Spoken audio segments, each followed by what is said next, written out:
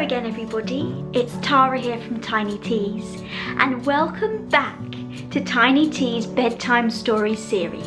Today is chapter 5 of Wind in the Willows, and this is a chapter all about Molly missing his home. Now, we've all had times where we've missed our home or miss our family and friends, as I'm sure a lot of you are at the moment. But what we can do in times like that is close our eyes and remember all of our wonderful memories that we've shared with those people that we miss. Today I am dressed as Molly again as we follow him on his journey of returning home. Now let's make sure we're all snugly in our blankets and ready for a bedtime story. Chapter 5 of Wind in the Willows is called Dulcidum, and this means in Latin, sweet home. Home sweet home. One day, when Molly and Ratty had spent the day with the otter, adventuring out and wandering all around the riverbank, suddenly Mole stopped in his tracks. His nose was searching hither and thither in its efforts to recapture the fine filament. It had strongly moved him.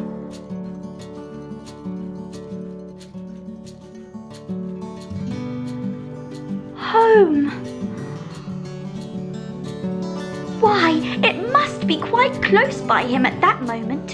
His old home that he had hurriedly forsaken and never saw again. That day when he first found the river. Since his escape on that bright morning, he had hardly given it a thought.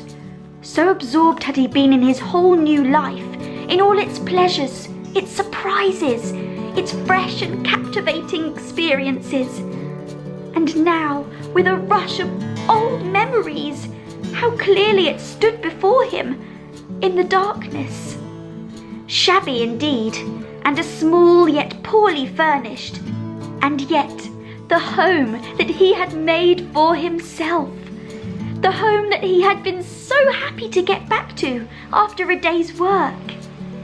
And the home that had been happy with him too, evidently, as was missing him and wanted him back, and was telling him so through his nose. Ratty! Ratty! He called, full of jolly excitement. Hold on! Come back! Oh, I want you quick! Oh, come along, Mole, do, replied the rat cheerfully, still plodding along. Oh, please stop, Ratty, pleaded the poor Mole in an anguish of heart. You don't understand. It's my home.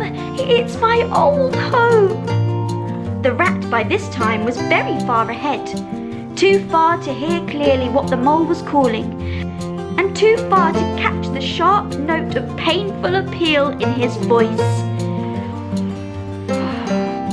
Poor Mole stood alone in the road, and with an effort he caught up to the unsuspecting rat, who began chatting cheerfully about what they had been up to, and what they would do when they got back, and how jolly a fire of logs in the parlour would be, and what a supper he meant to eat, never noticing that his companion's silence.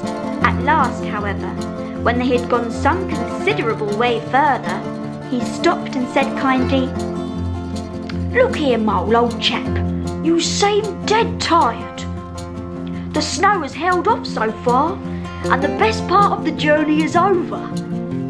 Oh, the Mole subsided forlornly on a tree stump and tried to control himself, for he felt it surely coming. Up and up, it forced its way into the air, and then another, till poor Mole gave up with the struggle and cried freely and helplessly and openly. "Oh, what is it, old fellow? Whatever can be the matter? Oh, tell us your trouble and let me see what I can do." Poor Mole found it difficult to get any words out between the upheavals of his chest that followed one upon another so quickly.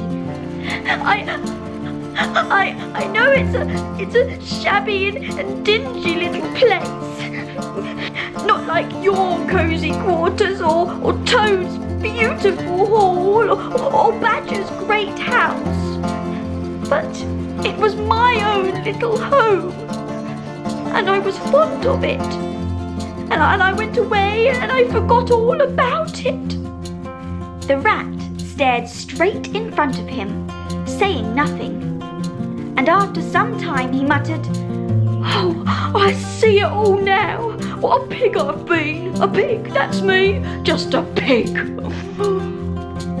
"Well, now, we'd really better be getting on now, chap." "Wherever are you going to, Ratty?" cried the tearful mole, looking up in alarm. "We're going to find that home of yours, old fellow," replied the rat.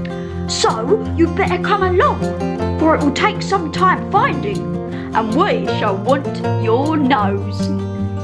"Hang riverbank and supper too," said the rat heartfully. "I tell you, I'm going to find this place right now, even if I stay up all night. So cheer up, old chap, and take my arm, and we'll be very soon back there again." The rat, much excited, kept close to his heels as the mole, with something of the air of a sleepwalker, crossed a dry ditch, scrambled through a hedge, and nosed his way over a field open and trackless. And suddenly, without giving any warning, he dived. But the rat was not on the alert, and promptly followed him down the tunnel to which his unerring nose had faithfully led him. Mole reached down a lantern from a nail on the wall and lit it.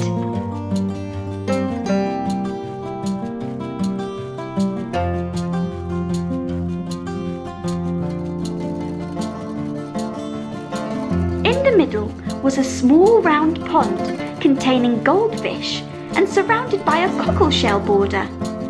The rat was running here and there, opening doors, inspecting rooms and cupboards, and lighting lamps and candles and sticking them everywhere. "Oh, what a capital little house this is," he called out cheerily. "So compact, so well planned. Everything here and everything in its place. Oh, we'll make a jolly night of it." "Rat," Mole moaned, "how about your supper? You poor, cold, hungry, weary animal. Oh, I've nothing to give you, nothing, not even a crumb." "Why, only just now I saw a sardine opener in the kitchen. And everyone knows that means there are sardines about somewhere in the neighbourhood. Come with me to forage." And they did. They found some food and sat down together all cosy and snuggly, and chatting all about this and that, and until suddenly they could hear something like a sort of scuffling of small feet on the gravel, and a murmur of tiny little voices. Who could it be? "What's up?" inquired the rat.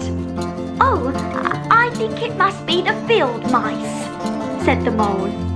"They go round carol singing regularly this time of year." And it was a very pretty sight, and a seasonable one, that met their eyes when they flung the door open. In the forecourt, lit by the dim rays of a horn lantern, 8 or 10 little field mice stood in a semicircle, paws deep in their pockets and their feet jiggling for warmth. They sung some carol songs. Do you know any carol songs? "Very well sung, boys," cried the rat heartily. "And now come along in, all of you, and warm yourselves by the fire, and have something hot." "Yes, come along, field mice," cried the mole eagerly. "This is quite like old times. Oh, shut the door after you and pull up that settle to the fire. Now, just you wait a minute." They made sure they gave the field mice some warm drinks and some food and a snuggly blanket for them to sit in for the whole evening. And the field mice clattered off at last, very grateful and showering wishes of the season. Until the rat began to yawn. Oh, Mole, old chap, I am ready to drop. Sleepy is simply not the word. Oh, what a ripping house this is. Everything's so handy. And the mole lay there next to him, thinking about all of the day that they had had. He did not want to abandon his new life and its splendid spaces, to turn his back on the sun and air and all that they offered him. It was too strong. And he knew he must return back. But it was good to think that he had this to come back to, this place that was all his own, and these things which were so glad to see him again and could always be counted upon for the same simple welcome. Well, everybody, I hope you have very, very sweet dreams tonight, and join me next time for Chapter 6 of Wind in the Willows. Mr. Toad. Uh-oh. Poo-poo.